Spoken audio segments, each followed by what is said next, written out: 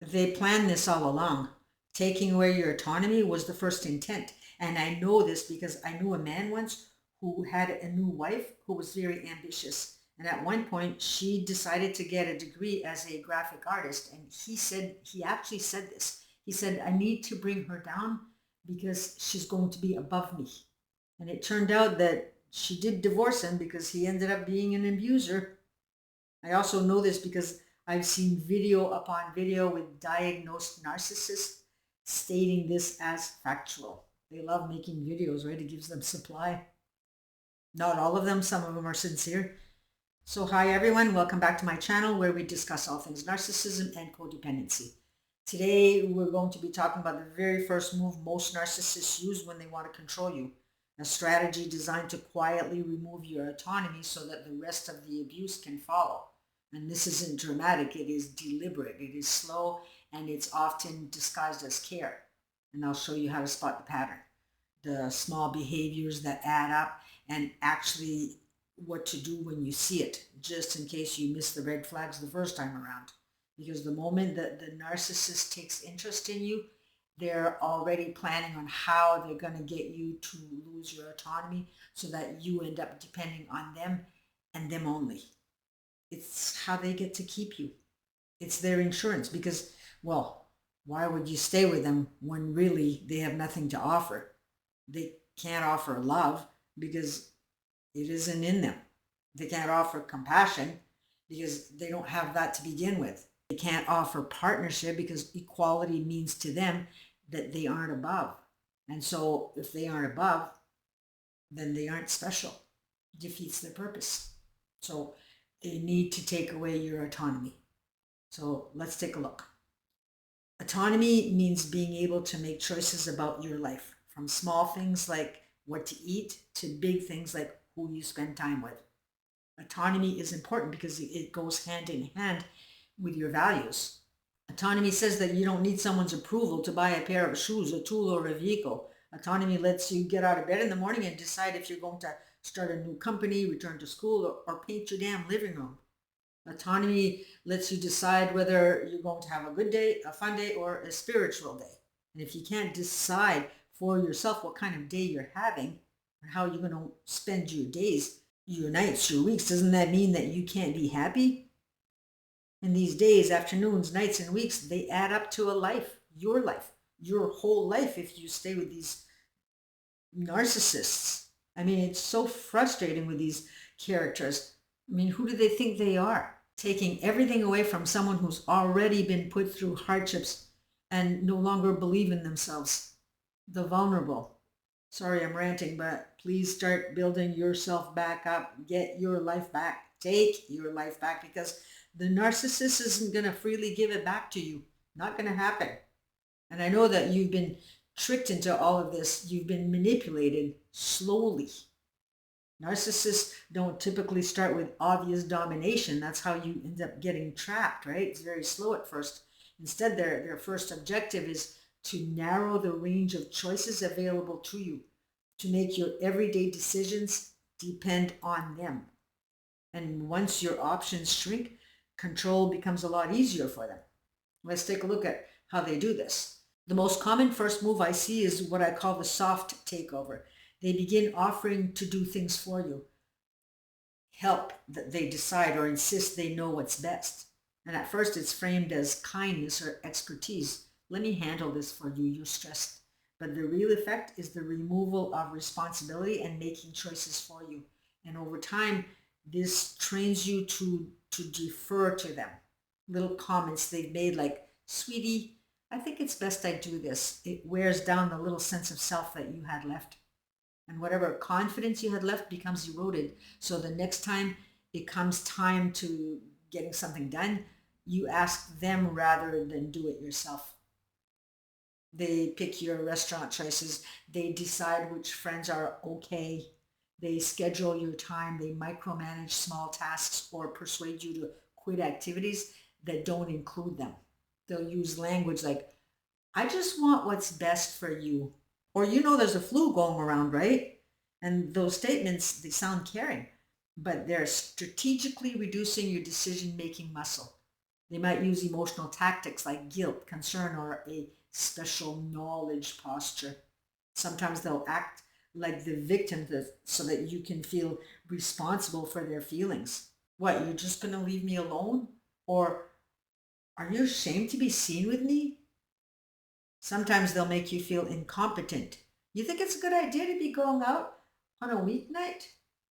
And both routes, they end the same. You stop trusting your choices and you begin to rely on theirs. This process is almost always gradual. The first concession is small and often seems reasonable. The next time, the ask is slightly bigger because you've already yielded. They've already managed to control you. And over weeks or months, those small concessions, they compound into major losses of freedom. And that's why early recognition is critical, because the next thing you know, they don't want you visiting family. They don't want your friends coming over either. And they won't necessarily say it out loud, but you'll notice the disapproval in sly ways. It could be an eye roll when you let them know your friend is coming over. Or they might go super quiet when they're in the other room when your friend is here, and you feel as though they're listening to the whole conversation. And a lot of times they are. And it's really uncomfortable for both you and your friend. It's very awkward. The finances are another way they'll up the ante on control. You try to purchase something and they always have something to say about it. And so it gets to the point where you feel that you have to run purchases by them. And it isn't as if you pool your money together either or anything. But meanwhile, they have Amazon and eBay packages arriving almost daily. And how do you respond? You're happy for them. You're encouraging. But you're left feeling guilty every time that you see something in a store that you like.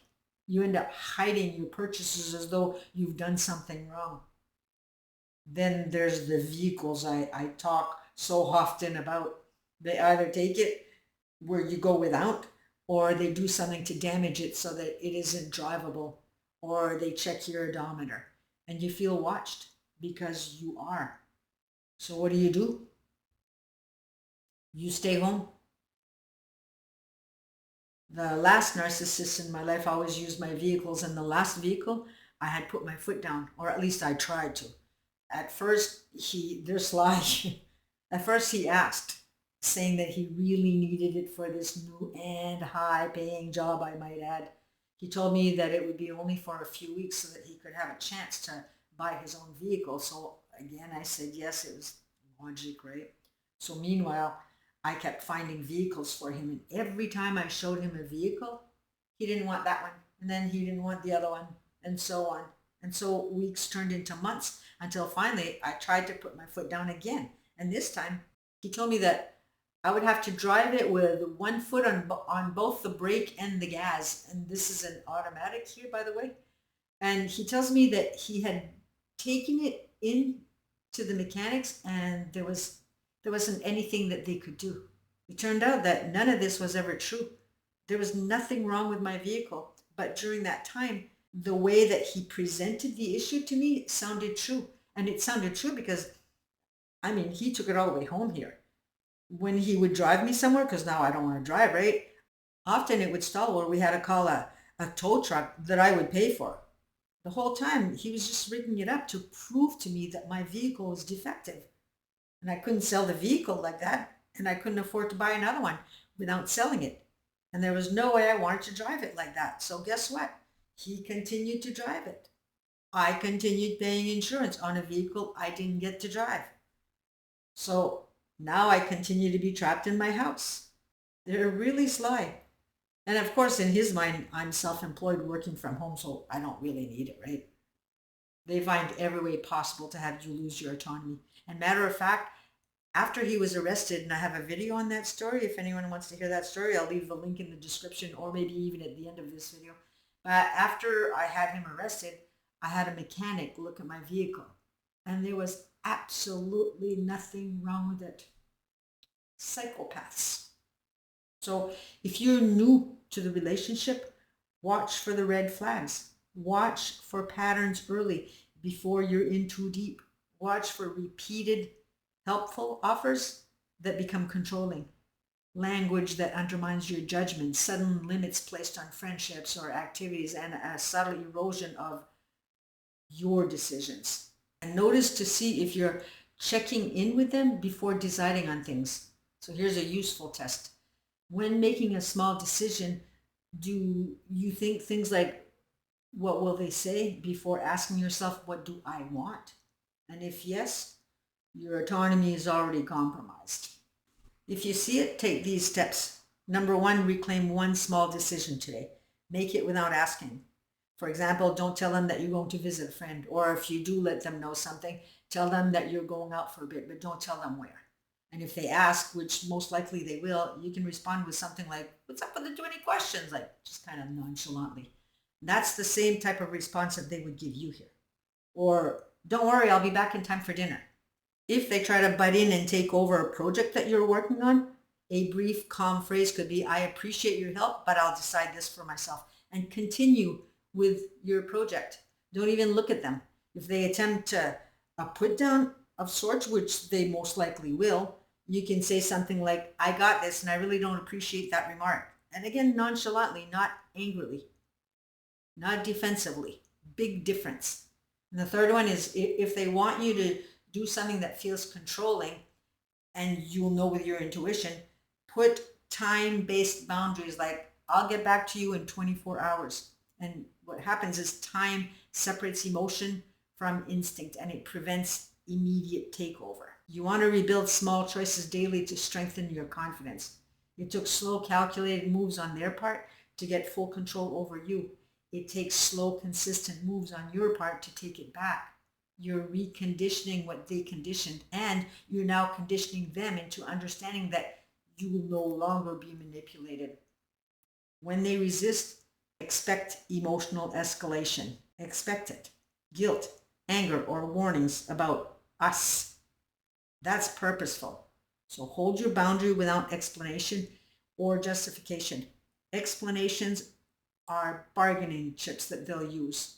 If it feels unsafe, prioritize your physical and emotional safety and seek support from someone you trust or a professional, and keep taking small steps. A small victory could be choosing your own appointment time, starting a hobby again, or saying no to an invite that drains you. Celebrate these, acknowledge yourself, share them with a friend, or journal them. Reclaiming autonomy is a series of micro decisions that reteach your brain that you can choose for yourself. The first step that narcissists use to take control is deceptively simple. They shrink your choices until you depend on them. Recognizing and resisting this early is the fastest way to prevent a slow takeover. So if this resonated, hit subscribe or a like for more breakdowns like this. And if you've seen this pattern, share one small way that you reclaim control in the comments. I read every comment, or at least I try to. So take care, and we shall see you in the next video. Bye for now.